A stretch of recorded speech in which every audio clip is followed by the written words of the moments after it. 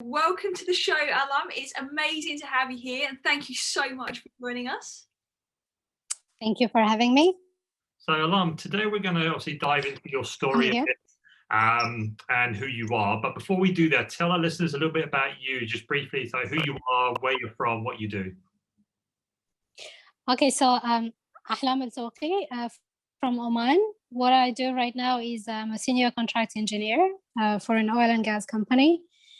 What else do you want to know? I coach part-time. I love to call myself a possibility coach. And yeah, that's me in a nutshell.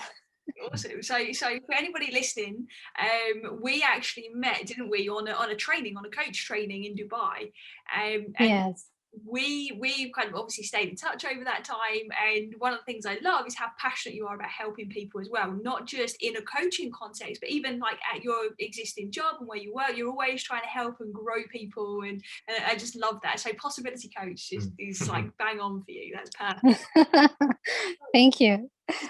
Before we get into a bit about kind of how we work together as well, tell our listeners, like, what's life been like for you? Can you share a little bit about your background and your story with us? Okay, so I was born and raised in Rwanda, Africa. Up until 1994, the genocide happened. We had to move. We became refugees, which is not a nice thing to be. We moved back to Rwanda after a couple of years. I continued my studies, then came to Oman, which is my country, but I've been living in Africa because my dad was a businessman there. I started my life in Oman, and then I finished college, I started as an engineer, well engineer for an oil and gas company here in Oman. And yeah, it's been 10 years almost as an engineer. It's incredible. Like that's such a journey. Like that's a whole lot right there. What would you say with like have been your biggest challenges, whether that's like emotionally, physically, mentally, doesn't matter. Like what have been like the main kind of tough times that you've experienced? I'd say being away from the family at some point, because it's not really it's not always easy to be away from the family, or joining an environment that you don't belong. You feel like you're not meant to be here. Everything is different. The culture is different. The people are different. The perspective, the way people perceive you is different. So yeah, mostly that. That's so great that you brought that up. Thank you for sharing that, because there'll be so many people listening that feel that way, right? And for different reasons, for race, for gender, like you said, culture, like just people often feel that way just being in their own skin, even if they're amongst people that seem like them as well. So what helped you kind of transition as you was experiencing that? I got really good at adapting to situations and environments. One of my strengths is adapting to situations, environment, and I'm really proud of that.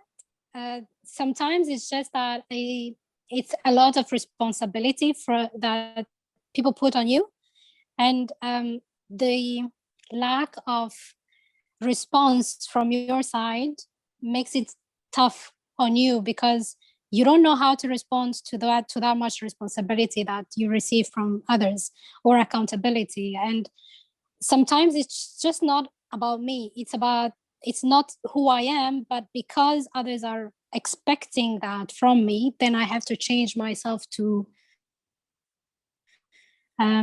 behave the way other people want me to behave, or feel the way other people want me to feel. And that was one of the biggest challenge for some time.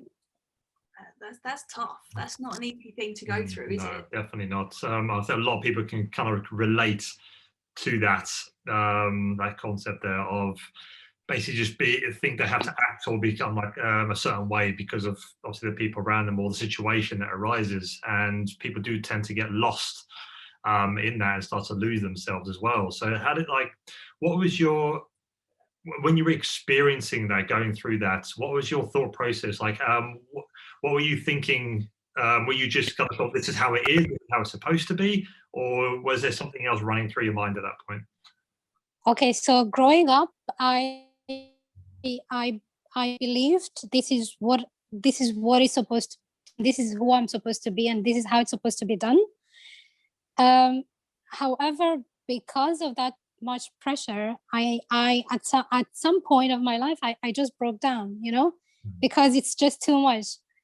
So yeah, that was the tipping point for me. When I broke down, I realized that this is not the way I should be living my life, and I need to change that. So yeah. Again, thank you for sharing that, because it's something that a lot of people kind of wait for. They wait for that tipping point. They wait for that idea that actually, do you know what, I can't do this anymore, and before they take action. If somebody that's listening to this is listening and they're thinking, oh, do you know what, I've got so many people depending on me, I'm showing up with all these different masks or showing up trying to adapt in all these different ways, and it's really hard, and they're maybe feeling exhausted, they're stressed out, they're anxious about what's going to happen next, because they're not feeling connected to themselves, what would you say to somebody like that? I'd tell them to reach out, because it's not easy to leave this alone, and when you live in this kind of situation, you become more alone, because you're misunderstood people. Your self-esteem goes very low, because you can't deliver to others' expectations, it affects your own belief system, and when that happens, if you don't reach out and ask for help, or if you don't tell those people that are around you that, hey, I need a break, or I need help, then you won't be able to do it, especially not alone. So yeah, I think that my message would be, reach out to whoever is around you. Reach out to one person who you know would listen to you, and just talk to them. That would be the first step. Nice, perfect. And that's what you did. And that's what I did. So what I did is I went to see a therapist when I broke down. And it's consequently what happened is he introduced the concept of breaking my mental walls, which is what would people think about me? Why am I doing things to please others? What are the things that I'm doing to please others? And that was an eye-opening, because if I'm doing everything for others, what am I doing for myself?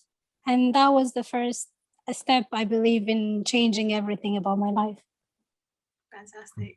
Awesome. And obviously that's obviously just like spurred you on to keep looking into that area of self-development, self-improvement, working on yourself. Yes. Which also led to you obviously, well, kind of working with us as well. Yes. So for you, why did you kind of start working with us in the first place? Why did you sign up for coaching? What was it? How did you feel at first? Okay, so in the beginning, when I went for the coaching course, with Charlotte being there, whatever I learned through the coaching courses, I could take some of it, but I couldn't implement it on my own. I tried, but I had my own limitations, and I figured I needed someone to guide me as well, you know, to help me out. And that's how I came to approach you guys. And I knew Charlotte at the time, and I was following her on Instagram, and I loved everything she did. So yeah. Yes, it's so sweet. It's so important for people listening to this, because one thing that you said there that's so important is that you're a coach, and obviously we're coaches, and we all feel like we need that sense of accountability. We need other people's support to be able to implement things. And sometimes people, coaches and people that are not coaches, see coaches almost on this pedestal, and they should know everything. They should be able to do everything perfectly. And I just want to like burst that bubble for anybody listening, because every good coach, or every person that wants to perform at their best, has a coach. They have somebody there cheering them on, keeping an eye on their blind spots, making sure that we're really leveraging what's really working and getting to know themselves as an individual. And everybody needs that on some level. And it might be a coach, it might be, like you said, a family friend, it might be somebody, a colleague that you look up to, a mentor. Yes. It can be anyone, but everybody needs that someone or those people to be able to help elevate us. I just really want to highlight that, because the amount of times I've spoken to coaches who feel that, well, they're not ready to be coaches yet because life isn't perfect. Well, Yes, life isn't perfect, is it? I was one of them. Yeah, I was one of them. I thought I wouldn't start coaching up until I'm perfect at being a coach, and that's not what happens. What happens is you do the coaching, you learn from your coaching, and then you move on. You get better at it.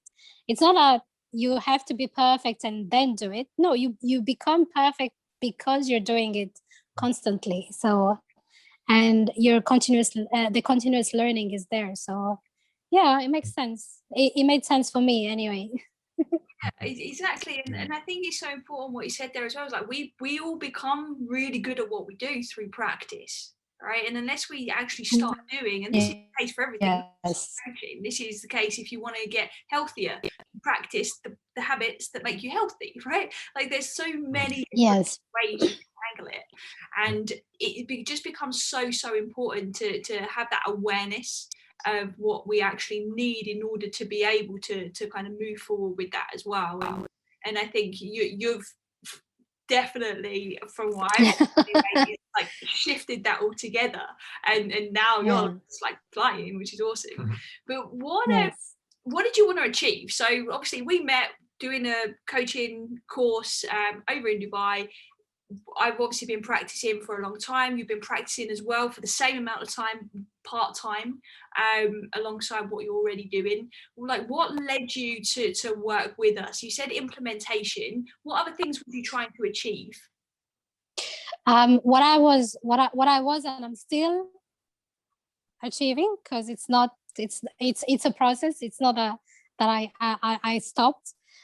Or I'm planning to stop. It's just that what I planned to achieve, and I couldn't get the accountability from myself and from others, was one, to get more healthier and better at my nutrition and lifestyle and health lifestyle. And then the other part was opening my own business and do coaching full time. So those are the two achievements that I were looking at, and I have achieved some of them. Some of them are still on the way to get there. So let's see how it goes. Yeah, it doesn't happen overnight, does it? I mean, one of the things that lights us up is helping people to eliminate, obviously, like any barriers or stress that people are experiencing through wellness, so that they can almost like stop wasting time on the stressful stuff and getting worked up about things that's not necessary, so they can channel that energy and all that like vibrancy that you then get from feeling healthier into something really, really special. Because like you're a change maker, you're somebody that wants to do so much good in the world. You're already doing good in the world, but you want to do even more good in the world, and it's essential to be at the top of your game in terms of looking after yourself, being healthy as well, isn't it? So yes. Yep. Yeah, I remember when we first spoke, one of your goals was the health goal as well, as focusing on that physical side. That I think a lot of people going into that element of coaching or wellness start to think they focus a lot on the mental and emotional side, and they bypass the physical as well. Don't forget how all of these elements connect together. So what was your kind of connection with your body, compared, like with the physical side of your wellness compared to your emotional and mental side? How did you perceive your health? Before I worked with you, or during my working with you and after my working? Yeah, so before you started working with us, so what was your connection with that? And then as well, while we were working together as well. Okay, before working with you, I had a complete idea about a complete belief system, totally different about health, nutrition, workouts, movements, breathing. And then after while working with you, all these made sense. My breathing affects my thoughts patterns, my movement, or affects the way I feel. Everything is connected. So while doing the exercises that we were doing, and it all come to alignment, I'd say, or balance. So it was really beautiful to see, and my understanding on nutrition and fitness completely changed, because I thought, like, I remember what I told you, I don't sweat, and you told me you don't have to sweat, and I'm like, but other coaches want me to sweat, and you told me, no, you don't need to sweat, your body regulates. I'm like, okay. So that was, it was the shifts change. It was a change in the way I was thinking. So my once perception changed, everything went back to, okay, I don't have to sweat. I just need to do the movement right, and that's it. And that was amazing, Yeah, definitely. And there's a lot of big misconceptions out there regarding movement and exercise and nutrition. Like you have to feel this, or you have to feel that, or you must do this, and you don't. Like, some people sweat more than others. Some people don't sweat at all when they exercise. Some people feel different when they do certain movements.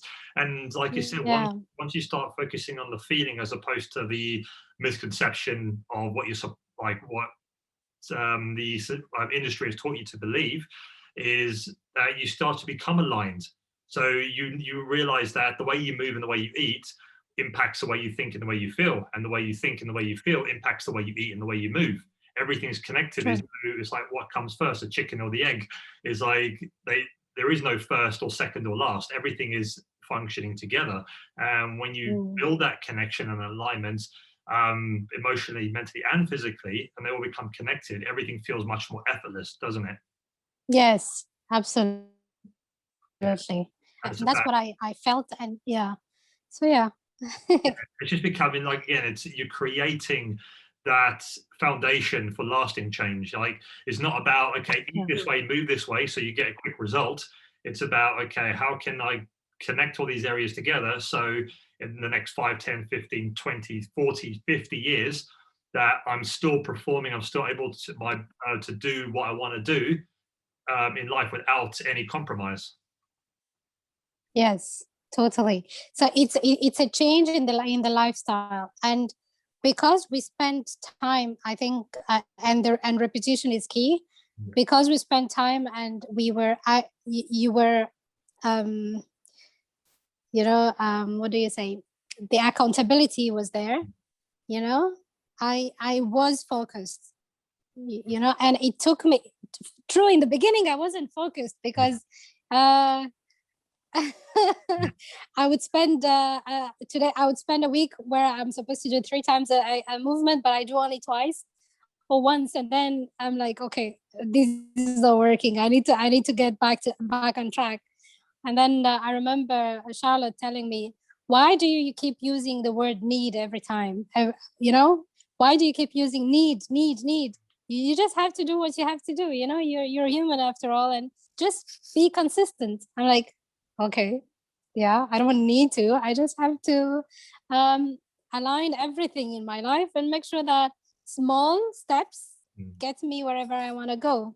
And that's what I did. And that's what I'm doing at the moment. What I love about that is you're still doing it, even after. I'm still doing it, yes. Yeah, good. One thing that you said there is, like, you become aligned in all areas and then just started taking small steps. Like, what does that look like for you? Like, what have you noticed in terms of either goals you wanted to achieve or just your daily life? What have you noticed by doing that? There is no stress anymore. I used to stress out, and I used to do a lot of things at once. But now I just do, small things, but big impacts. Like, because now I'm recording everything I do, I can see the progress. Even when I look at my records, I can see the progress from where I was, where I'm now, and where I'm heading. So at least I know that whatever progress I'm making is tangible, So and that makes me very happy every time I do that. Every time I reflect on that, I'm like, yes, I'm on the right track. And if the result shows, you're lagging somewhere. We need to get back on track. And that's what we do. We just readjust, as Jonathan said at one point of time.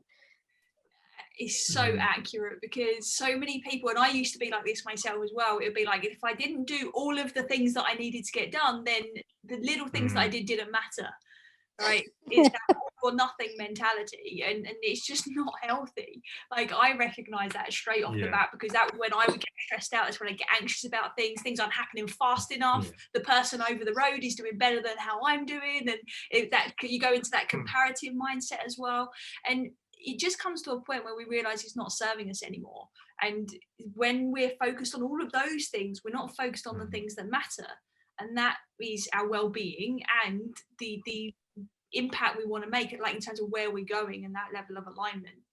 So what was your favorite part of the coaching process for you?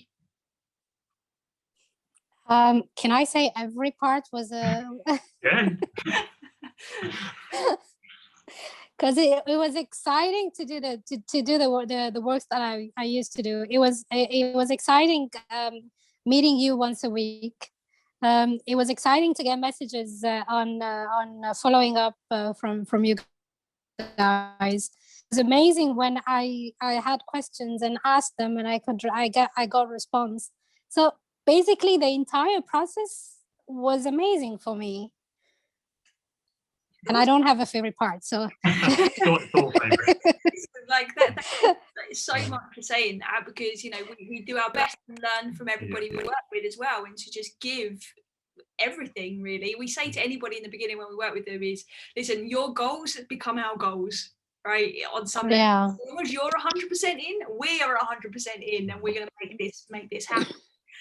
So I'm so happy that you obviously experienced that. I think it's awesome. It is, definitely. So like, what does your life look like now? So obviously we finished with the kind of face-to-face coaching, as I say. Like, we're always here for you all the time, as you know. Obviously, any questions that you have, but what does your life look like now?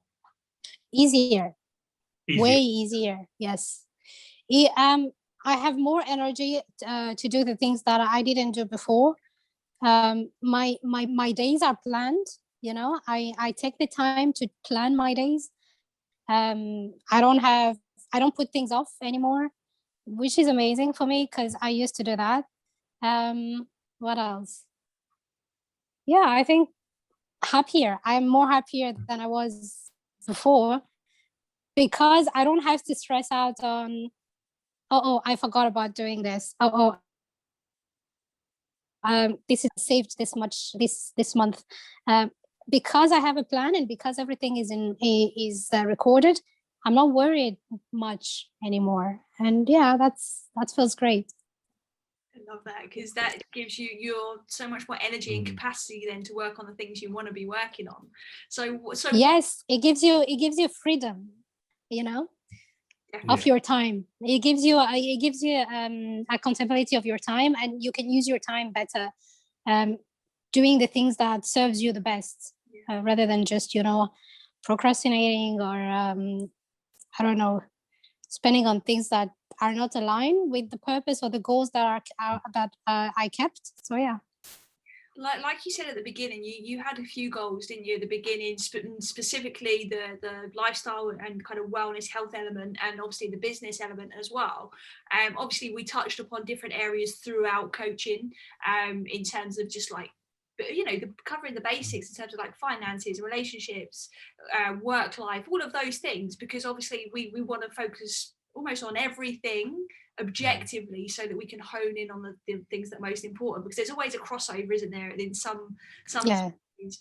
Like, for example, your spending habits will affect your ability to set up a business, right, and to be able to run a successful business, as one example.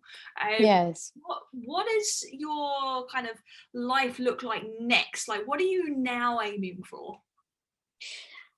So what I'm aiming for right now is continue to work on my own business sometime soon, and coaching part-time, because I'm not ready to leave my day job yet, but that's the plan. The plan is continue coaching, open my own business, and then work full-time, work for myself full-time. You've got some amazing big goals, because you don't just want to coach full time. Like you want to make a movement. Do you want to tell our listeners about that? Like kind of what your long-term plans are? Okay, so what I want to do is I want to open a platform for women to for other coaches. So what I want to do is I don't want to coach full time alone. I actually want to open my own wellness company and do a holistic view, like just like what you do, but in a bigger scale, and involve more coaches with me, like collaborate with other coaches, and then reach mainly women in my area, and create this movement where we help each other, like help a coaching community doesn't necessarily need to be coaching, but also sharing community, like helping each other, and then I'll be able to coach these people, and then they become coaches, and then like creating a community where everything we do is based on serving the community. So yeah, that's the plan. I think that's so inspirational, because I remember when we was coaching and we were talking about business, and you were talking obviously about Oman. You're the expert of Oman, you know, compared to my knowledge of Oman, that's for sure. And you just know like what's needed, not just there, but I know you've got your eyes on other regions as well as part of the big plan, which is awesome. But you've really seen like almost a gap of what's needed, but you've also been able to bring your personal experience into that as well. Like we very started this conversation about that sense of belonging and support and how important that is. Just to know that you're laying the foundations and you're well on your way to creating something like that is really truly incredible. And I think it's such a testament to your character and to your abilities that are limitless, where you can just continue to grow even more. And that's one of the things I love about you, is you truly do believe in the same as us, is about continuous growth, because we're all always learning. So yes. What would you say to anybody listening to this, if you could get the world, or the listeners, let's say, to believe any one thing about themselves, what would you like them to know? I'd tell them that they have possibility, they have potential, and it's dormant at the moment, but once they start working on it, it's explosive. They just become magnificent. So they just become better, whatever they do, better at their lives, better at their communicating with others. So it's just, once you open, it's like a Pandora box. When that's open, then everything becomes, explosive. I love that. I love that idea of that everyone's got this zest for life laying dormant within them. I think that's awesome. Definitely, and it's so true that when you do open that box, when some people do become aware of it, then there's no closing. Yes.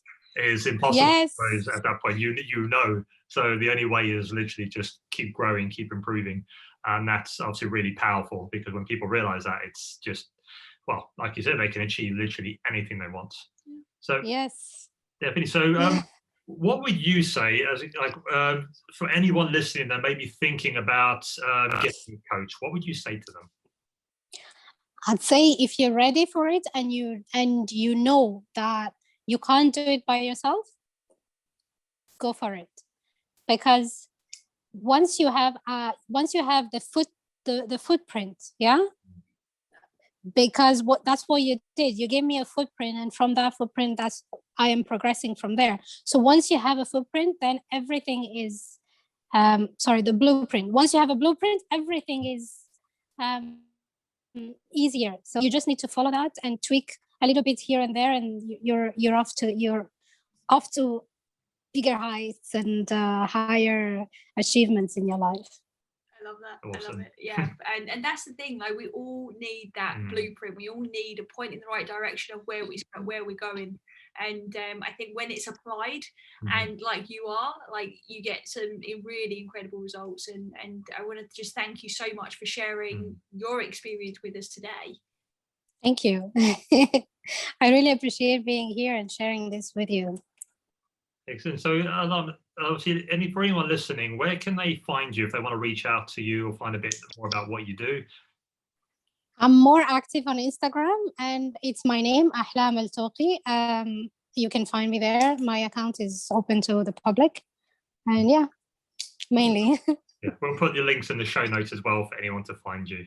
So they'll be there. Yes. Yeah. And Thank you.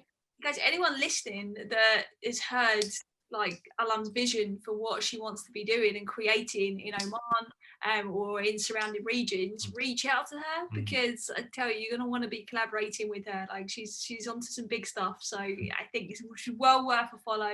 Go and check her out and see what she's up to in the world, because you won't regret it. Thank you very much. I really appreciate that. I can't wait to work with all these amazing coaches in the future. Definitely. So, well, I just want to obviously thank you for obviously being part of this episode today. It's been really great to have you on, sharing your experience, sharing your knowledge with us as well. And I'm sure our listeners are going to take a lot away from what you've been saying. So thank you very much. Thank you. Thank you very much.